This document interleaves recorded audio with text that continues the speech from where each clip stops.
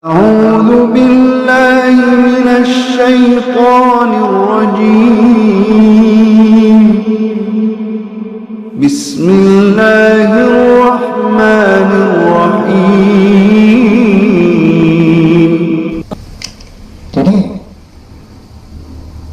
dan Tuhan sama sekali tidak menzalimi banyak-banyak. Jadi Tuhan, yaitu Allah Subhanahu wa Ta'ala, itu tidak mungkinlah menzalimi kita. Jadi ketika kita ditimpa ujian, kita tafakur, kita berserah diri kepada Allah, karena segala sesuatu Allah yang memberi. Bahkan nyawa kita ini juga Allah yang memberi, rasa sakit juga Allah yang memberi. Jadi kita kembalikan segala urusan hanya kepada Allah.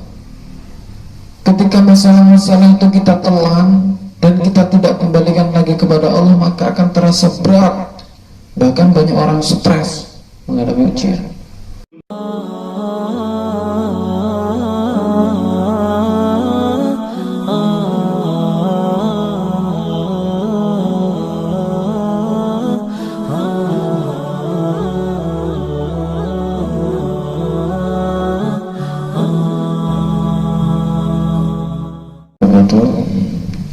Alhamdulillahirabbil alamin. Innal hamdalillah nahmaduhu wa nasta'inuhu wa na'udzu billahi min shururi anfusina wa min sayyiati a'malina. May yahdihillahu fala mudilla lahu wa may yudlil fala hadiya lahu. Asyhadu an la ilaha illallah wahdahu la syarika lahu wa asyhadu anna Muhammadan 'abduhu wa rasuluh. Allahumma shalli ala Muhammad wa ala ali Muhammad kama shallaita ala Ibrahim wa ala ali Ibrahim wa barik ala Muhammad wa ala ali Muhammad kama barakta ala Ibrahim wa ala ali Ibrahim innaka Hamidum Majid. Alhamdulillahirabbil alamin, kita bertemu kembali. Mudah-mudahan pada kesempatan hari ini kita senantiasa dalam keadaan beriman, dan mudah-mudahan semakin meningkat keimanan kita dan tidak lupa kita senantiasa cinta kepada Al-Quran, sehingga senantiasa membaca, mentadaburi dan mengamalkan. Bapak-bapak, ibu-ibu, adik-adik semuanya yang hadir di sini, saya ucapkan terima kasih karena kajian ini alhamdulillah semakin banyak. Karena tujuan kita hadir di sini itu bukan untuk meninggikan diri kita sendiri, bukan. Tapi kehadiran kita di sini adalah untuk mengagungkan Allah Subhanahu wa Ta'ala, karena Dia adalah Tuhan kita. Tuhan yang maha mulia, yang maha melihat dan pencipta kita. Jadi yang menciptakan manusia itu Allah Subhanahu wa Ta'ala. Dengan Al-Quran inilah kita mengetahui tujuan Allah menciptakan, tujuan manusia dihidupkan, dan fungsi Al-Quran. Pengajian yang lalu kita bahas bahwa fungsi Al-Quran itu adalah sebagai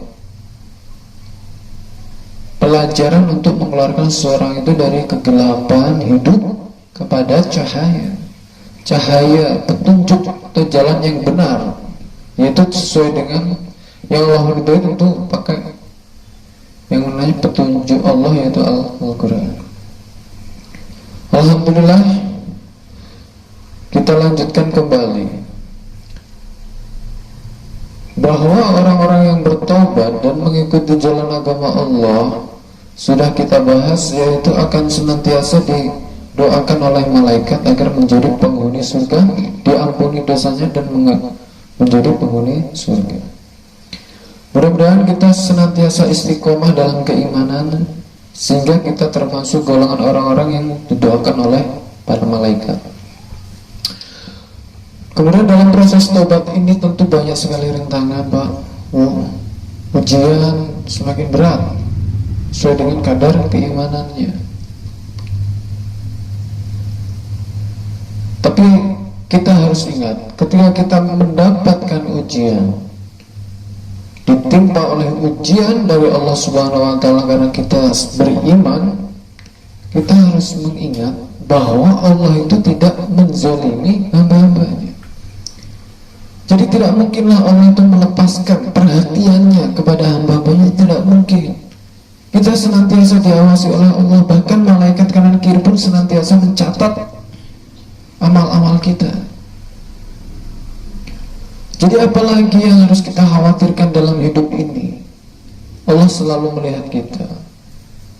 Kita juga menginginkan namanya kebaikan, keimanan. Jadi apalagi yang harus kita khawatirkan ketika kita menjadi orang-orang yang beriman? Ujian menimpa, ujian datang itu sudah menjadi ketetapan Allah bahwa orang-orang yang beriman itu pasti diuji. Kita buka Quran surat Al-Ankabut ayat 1-2.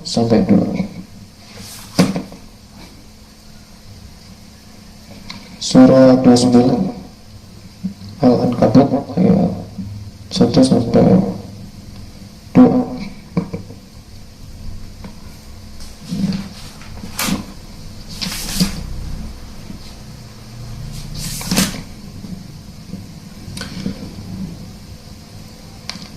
Oh, dilanjutkan sampai ayat 3.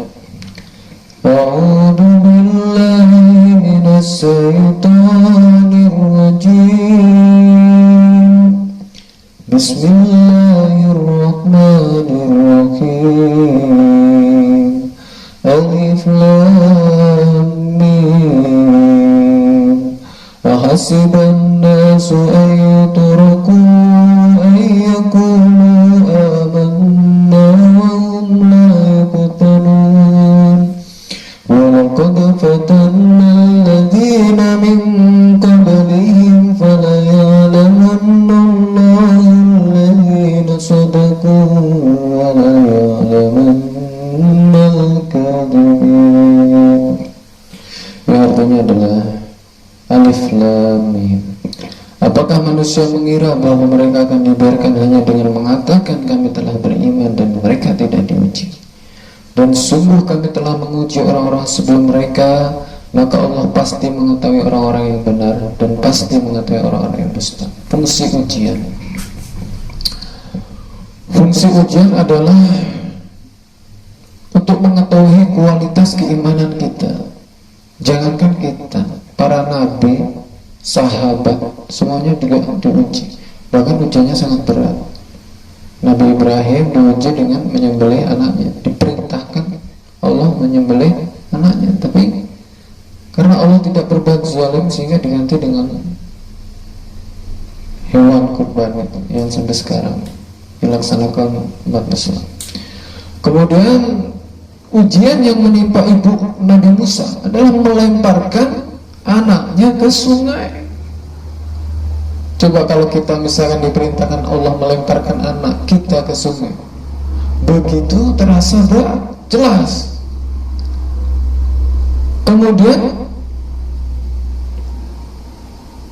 ujian yang menimpa ayah Nabi Yusuf adalah kehilangan Yusuf hingga dewasa.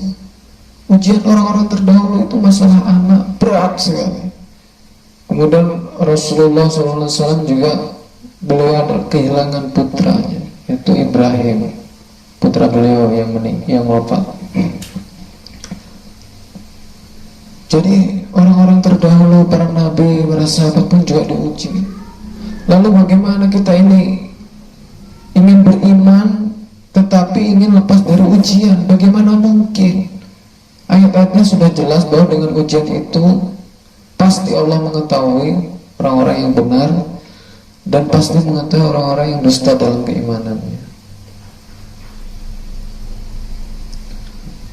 Sebab itu kita membutuhkan yang namanya tawakal, sabar dan tabah menghadapi ujian yang Allah berikan. Karena satu kunci ketika kita menghadapi ujian bahwa Allah itu tidak menzalimi hamba-hambanya. Jadi tidak mungkinlah kita dilepaskan oleh Allah begitu saja, tidak mungkin. Allah juga tahu apa yang kita rasakan saat ini, juga Allah memahami. Tidak mungkinlah Allah itu menzalimi kita. Jadi jangan khawatir. Marilah kita hilangkan kekhawatiran diri kita. Kita tingkatkan keyakinan bahwa Allah itu tidak menzalimi hamba-hambanya. Tidak mungkin Allah itu tidak memperhitungkan segala sesuatu. Allah itu maha teliti sekali, bahkan menghitung sesuatu satu persatu.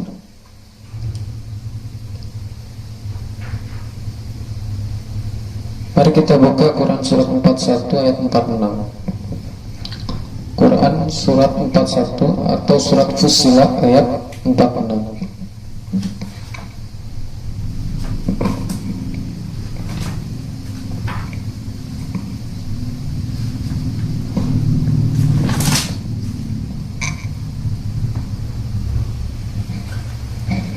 A'udzu billahi minas syaitonir rajim. Bismillahirrahmanirrahim. Man 'amila shalihan falinafsihi wa man asaa fa'alaiha wa ma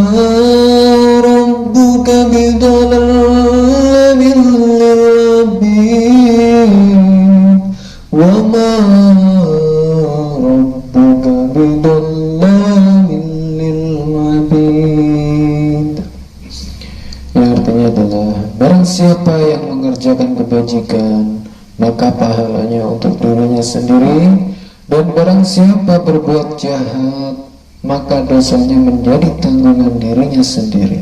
Dan Tuhanmu sama sekali tidak menzalimi hamba-hambanya.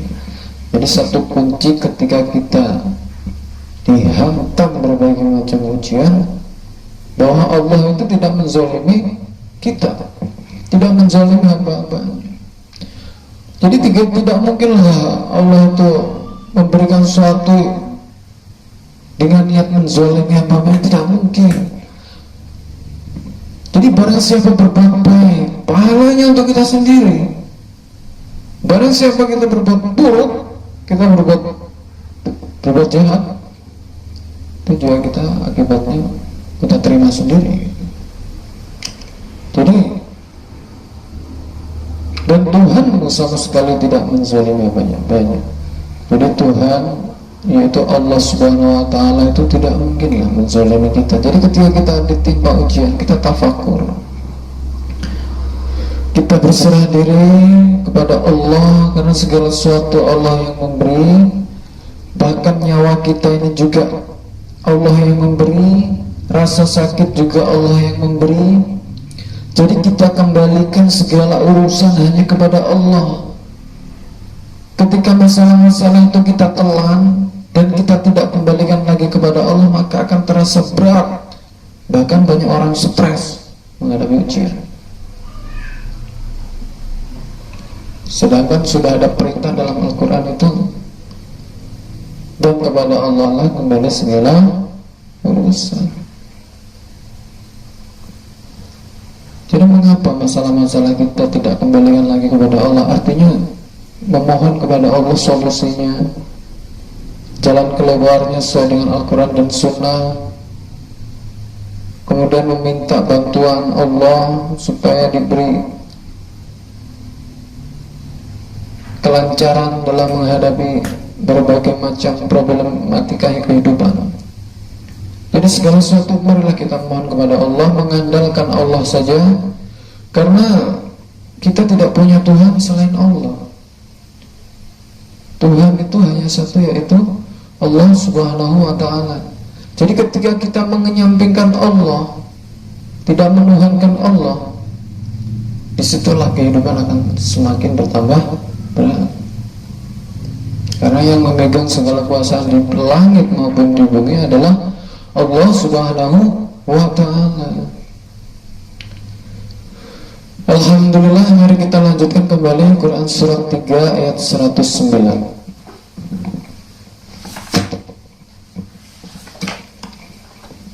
Quran surat Ali Imran ayat 109.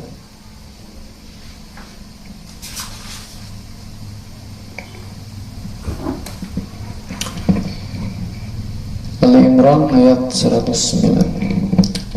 A'udzu billahi minas syaitonir rajim. Walillahi ma fis samawati wa ma fil ardh wa ila Allahi turja'ul umur. milik Allah lah apa yang ada di langit dan apa yang ada di bumi, dan hanya kepada Allah segala urusan dikembalikan. Jadi kita kembalikanlah segala urusan kita kepada Allah. Kita tidak akan bisa mengatasi atau menyelesaikan satu masalah pun di dunia ini tanpa bantuan Allah. Bahkan kita berdiri, duduk, ataupun berbaring, jika Allah tidak menghendaki, tentu kita tidak bisa mengerjakannya. Banyak orang-orang yang tidak bisa berjalan, yang susah untuk duduk, mohon maaf. Jadi semuanya itu dalam pegangan Allah. Jadi kita tidak mempunyai kuasa apapun. Bahkan dalam satu ayat Allah telah menjelaskan bahwa Allah mengeluarkan kamu dari perut ibumu dalam keadaan tidak mengetahui sesuatu apapun, tidak mengetahui sesuatu apapun, dan Dia memberimu penglihatan dan hati nurani agar kamu bersyukur. Jadi kita tidak mengetahui apapun, tidak punya kekuatan apapun, tapi Allah lah yang memberi kekuatan kita hidup. Kita bisa sampai sekarang ini hidup, sampai sekarang kita bisa menjalankan aktivitas. Tentunya segala sesuatu itu Allah yang memberikan izin, yang memberikan kekuatan. Tanpa Allah memberikan kekuatan, kita tidak bisa apa-apa.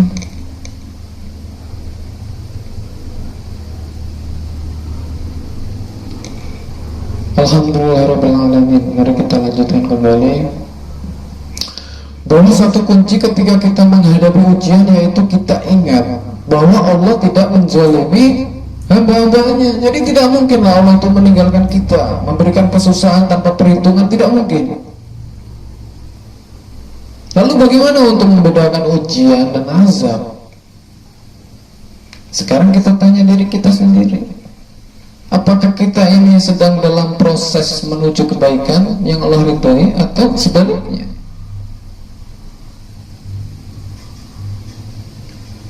Ketika kita dalam perjalanan hidup ini, dalam proses mengharap ridho Allah, kemudian datang kesusahan, itu namanya ujian. Jadi kita tanya diri kita sendiri, apakah langkah kita saat ini tuh ke arah yang Allah ridhoi, mengharapkan keridhaan Allah, atau ingin menjalankan yang Allah perintahkan dalam Al-Quran, ataupun sebaliknya, berbuat sesuatu yang dilarang Allah. Jadi ketika kita dalam perjalanan hidup ini dalam rangka mengharap ridha Allah, melaksanakan apa yang Allah firmankan, kemudian datang kesusahan, itu adalah ujian. Dan ketika kita mendurhakai Allah, berbuat kekafiran, kemusyrikan, kezaliman, kemudian datang kesusahan, itu namanya azab.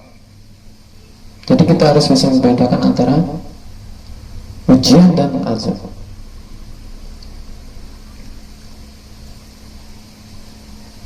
Di dalam Quran surat Al-Ankabut ayat 1-3, Allah telah menjelaskan bahwa orang-orang yang beriman itu pasti diuji. Jadi ketika kita mendapat kesusahan dalam hidup, sedangkan kita ini dalam proses menuju yang Allah ridhoi, tidak masalah, kita jalankan saja. Kenapa? Kita sedang diuji Allah, dan pahalanya sudah jelas.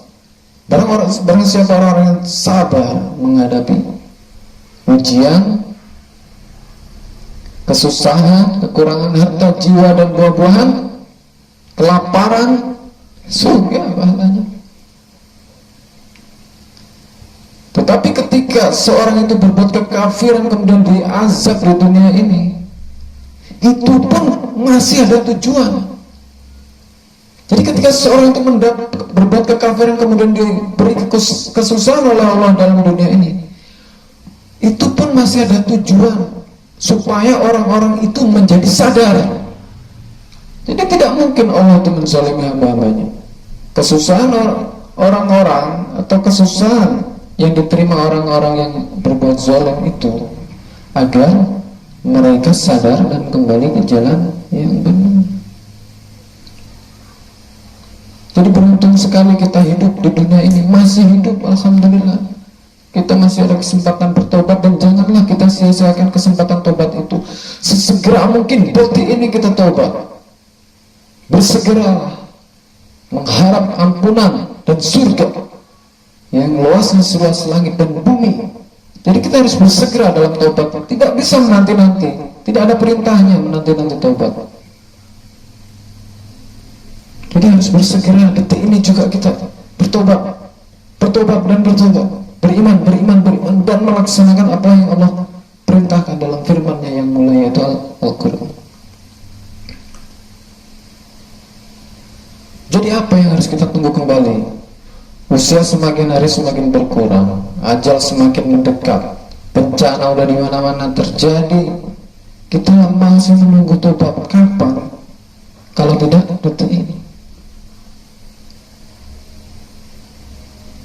Mari kita lanjutkan kembali Quran surat 32 ayat 21. 32 ayat 21.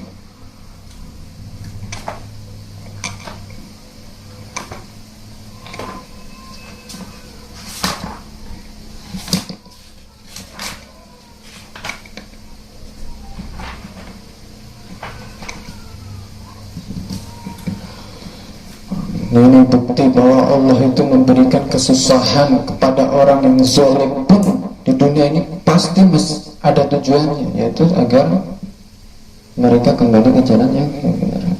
A'udzu billahi minasy syaithanir rajim. Wa lanudhiqannahum minal 'adzabil adna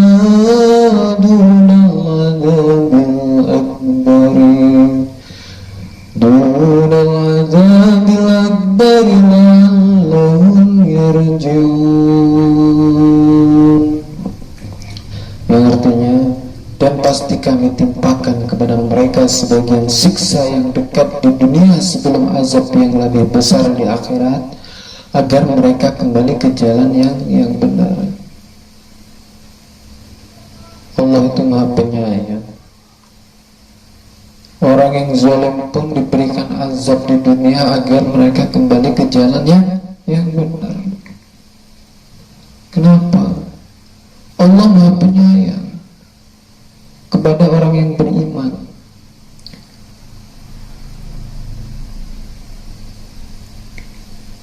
Jadi azab yang ditimpa orang-orang kafir, orang-orang musyrik selama di dunia ini masih ada tujuannya, yaitu agar mereka sadar kembali ke jalan yang benar. Jadi zalim sekali ketika seorang itu sudah diingatkan Allah dengan berbagai macam musibah, mereka tidak kembali ke jalan yang benar, yaitu jalan Allah, Al-Quranul Karim, Al-Quran yang mulia.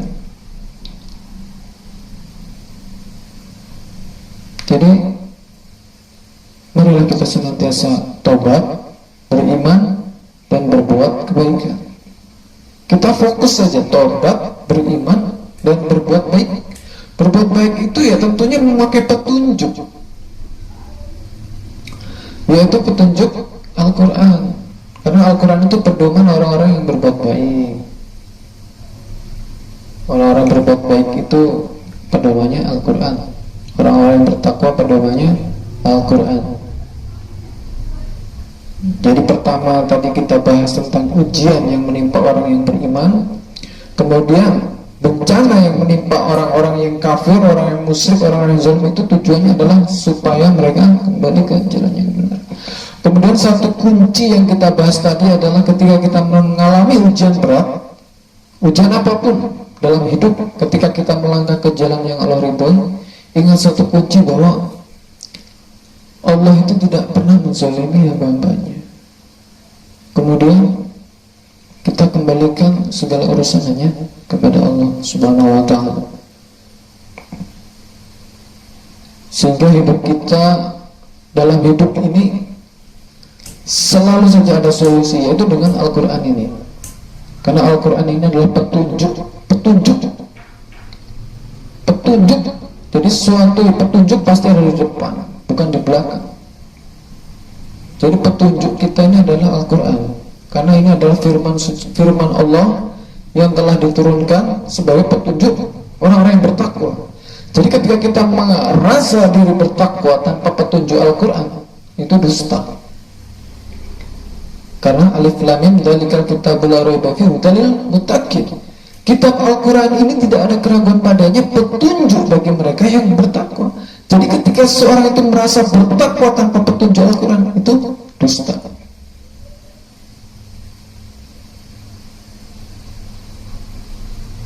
Alhamdulillahirabbil alamin. Mari kita tutup pengajian pagi hari ini dengan Quran surat 10 ayat 57. Surat Yunus ayat 57.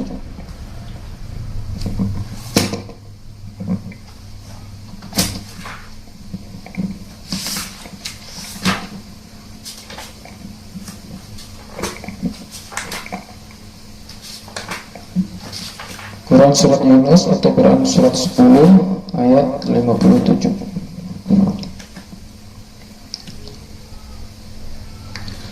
A'udzu billahi minas syaitonir rajim. Bismillahirrahmanirrahim. Ya ayyuhan nasu qad ja'akum maw'idhatun min rabbikum wa shifaa'un lima fis suduri wa hudan wa rahmatun lil mu'minin. Yang artinya adalah, wahai manusia, sungguh pelajaran Al-Quran telah datang kepadamu dari Tuhanmu, penyembuh bagi penyakit yang ada dalam dada dan petunjuk serta rahmat bagi orang-orang yang beriman. Jadi Al-Quran ini telah diturunkan Allah sebagai pelajaran, maka kita harus senantiasa mempelajari, mentadaburi. Kemudian Al-Quran ini penyembuh penyakit dalam dada, rasa putus asa, tidak percaya kepada ketetapan Allah, khawatir, keluh kesah. Jadi segala sesuatunya bisa diobati dengan Al-Quran. Penyakit-penyakit dalam dada ini bisa diobati dengan Al-Quran. Itu pun bagi orang-orang yang yakin. Jadi ketika seorang itu tidak yakin kepada Al-Quran, bagaimana Al-Quran mau menjadi penyembuh penyakit dalam dada? Mari kita senantiasa mentadabbur Al-Quran, membaca, menghayati maknanya, karena ini adalah firman Allah. Tidak ada yang bisa membuat Al-Quran selain Allah. Jadi Al-Quran ini bukan buatan Allah, tetapi Al-Quran itu firman Allah. Ketika ada orang yang menyebut Al-Quran buatan, berarti Al-Quran ini makhluk, ciptaan. Padahal ini adalah firman Allah. Jadi kita harus ingat bahwa Al-Quran ini adalah firman Allah, perkataan Allah, yang kemudian dibawa turun oleh Jibril, kemudian disampaikan kepada Rasulullah, dan Rasulullah mendakwahkannya hingga sampai saat ini. Alhamdulillah, pengajian insya Allah kita lanjutkan sesuai dengan jadwal dari panitia. Yang mudah-mudahan kita senantiasa dalam keadaan sehat walafiat. Kita langsung tutup saja dengan doa majelis. Subhanakallahumma wa bihamdika, asyhadu an la ilaha illa anta, astaghfiruka wa atubu ilaik. Assalamualaikum warahmatullahi wabarakatuh.